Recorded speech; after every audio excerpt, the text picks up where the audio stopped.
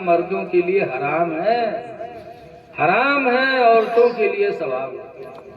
عورتوں کے لیے زینت کرنا ثواب، مردوں کے لیے یہ کرنا منع ہے۔ ہاتھ میں کھڑوا پہن لے ہیں بہت سے، کڑا بتاؤ، کڑا آدمی کب پہنتا ہے؟ دیکھا جاتا رہا ہے عورتیں بیوہ ہوت رہا ہے تو کڑا پہنت رہا ہے، چڑیا اتار لیتا ہے، چاندی کڑا پہن لے کاہے یہ نشانی ہے بیوہ ہوئی۔ آج بہت سے نوجوان کڑا پہنے گھومت، اللہ جانے یہ کب سے بیوہ ہوئی، تو مری گا ان کا تو سور میں یہاں کڑا پہنے گھومت۔ آج جتنے سمجھا اتنے مسلم معاشرہ بگڑتا جا رہا ہے۔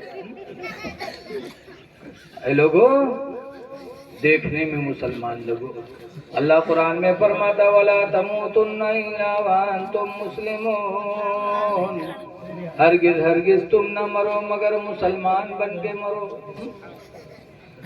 آج لوگ بچے کو دیکھنے جاتے ہیں تو نام پیدا کرنے کے لیے سونے کی انگوٹھی دیتے دولہا کو، جہاں لڑکا چھر دے تو سونے کی انگوٹھی، نام پیدا ہو کے فلانوا سونے کی انگوٹھی دے کے آئے۔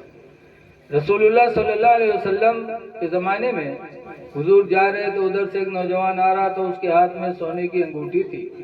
سرکار نے دیکھا تو ایسے ہی کھینچا اور کھینچ کر پھینک دیا اور کہا جہنم کی آگ اپنے لیے حلال کر رہا ہے۔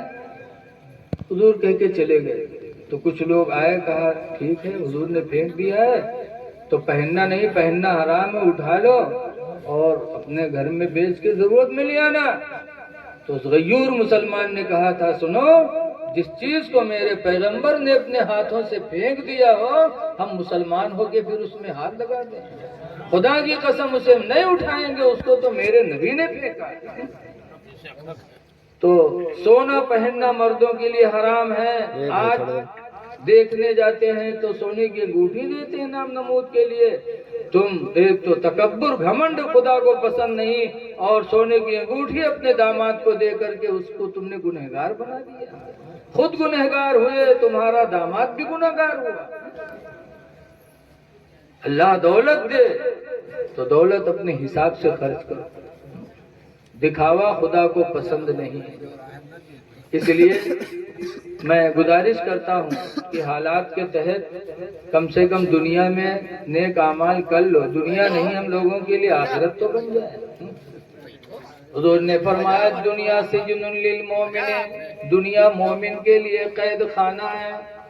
جیسے قید خانے میں قانون ہوتا ہے کہ اسی حساب سے تم کو رہنا پڑے گا، ایسے ہی مومن کے لیے دنیا میں اللہ اور اس کے رسول کے قانون کی زنجیر پڑی ہے، اس قانون کے اندر ہم کو رہنا ہے کہ کہیں ہم غلط بولی تو نہیں بول رہے، جھوٹ نہ بولو، انشاءاللہ سچ بولو۔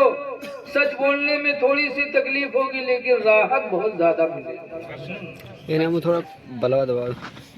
ایک بزرگ گزرے ہیں حضرت شبلی علیہ السلام، وہ شبلی اتنے بڑے بزرگ کہ اعلیٰ حضرت نے ان کو وسیلہ بنایا اپنی دعا کی قبولیت۔